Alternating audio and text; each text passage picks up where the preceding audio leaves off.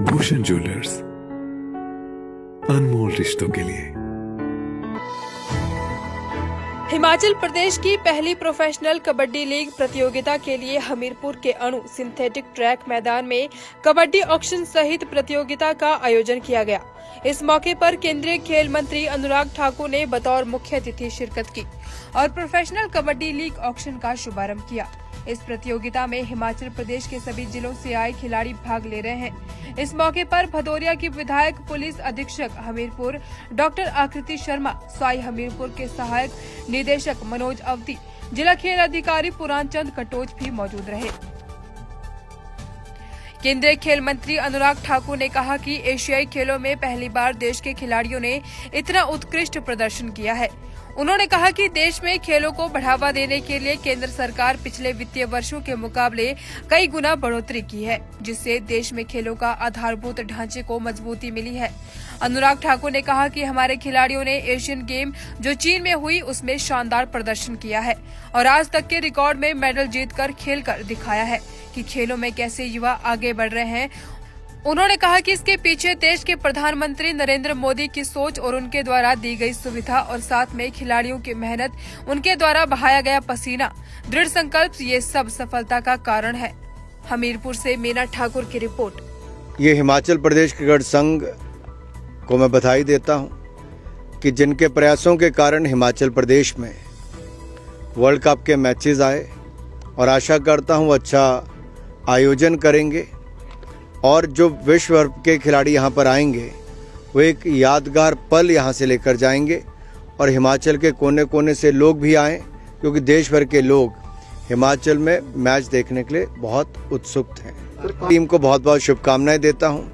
आज से आगाज़ होगा और जीत से आगाज़ हो तो इससे अच्छी बात और क्या है। ऑस्ट्रेलिया के खिलाफ सीरीज़ में उन्होंने अच्छा प्रदर्शन किया। आशा करता हूँ विश्व कप के मैचेस की शुरुआत भारतीय क्रिकेट टीम जीत के साथ करेगी। पक्ष के पास अपना भ्रष्ट चेहरा छिपाने के लिए कुछ नहीं बचा, तो उन्होंने यूपीए का नाम बदलकर इंडी गठबंधन रख लिया, यानी कि अहंकार और घमंड से भरा हुआ घमंडिया गठबंधन।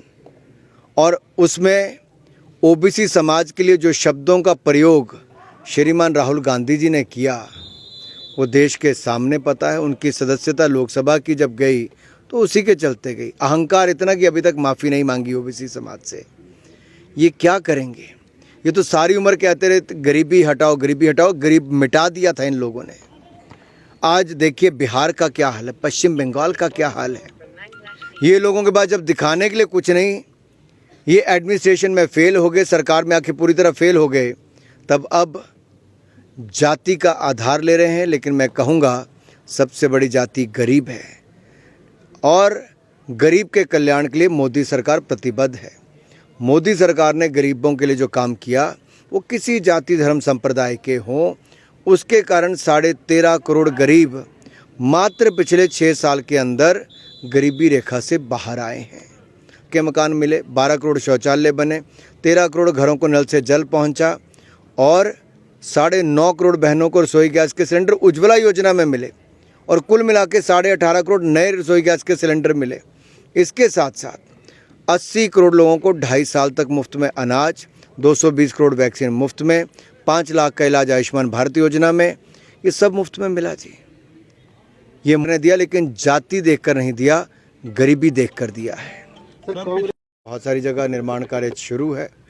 हमने वाटर स्पोर्ट्स को बढ़ावा देने के लिए रोइंग, कैनोइंग, कयाकिंग, इनके लिए भी सेंटर बिलासपुर में खोला है, नेशनल सेंटर ऑफ एक्सीलेंस। और नेशनल सेंटर ऑफ एक्सीलेंस अब हमीरपुर में भी शुरुआत कर दी गई, जहां पर कई खेलों की सुविधाएं यहाँ पर और कई खिलाड़ियों को यहाँ पर प्रशिक्षण दिया जा रहा है। सर, कांग्रेस जीत का दावा तो देश में भी करती थी 2014 में और 19 में। जितने राज्यों के चुनाव हो रहे हैं, भारतीय जनता पार्टी वहाँ पर शानदार प्रदर्शन करेगी। देखिए, मुझे लगता है ये हार से पहले की हड़बड़ाहट, घबराहट, लड़खड़ाहट, ये सब है, क्योंकि राजस्थान का बंटाधार अशोक गहलोत जी ने कर दिया है। राजस्थान में हर रोज़ 17 बेटियों, माताओं के साथ दुष्कर्म की घटनाएं और हत्याएं हो रही हैं। 2 लाख मुकदमे राजस्थान में महिला अपराध के रजिस्टर हुए। 35,000 बेटियों के साथ दुष्कर्म की घटना हुई। हजारों बेटियों और महिलाओं को मौत के घाट दुष्कर्म के बाद उतार दिया गया। दलित, अनुसूचित जाति और जनजाति की महिलाएं, कितना अपराध उनके खिलाफ हुआ जी। अशोक गहलोत जी के पास कोई जवाब नहीं।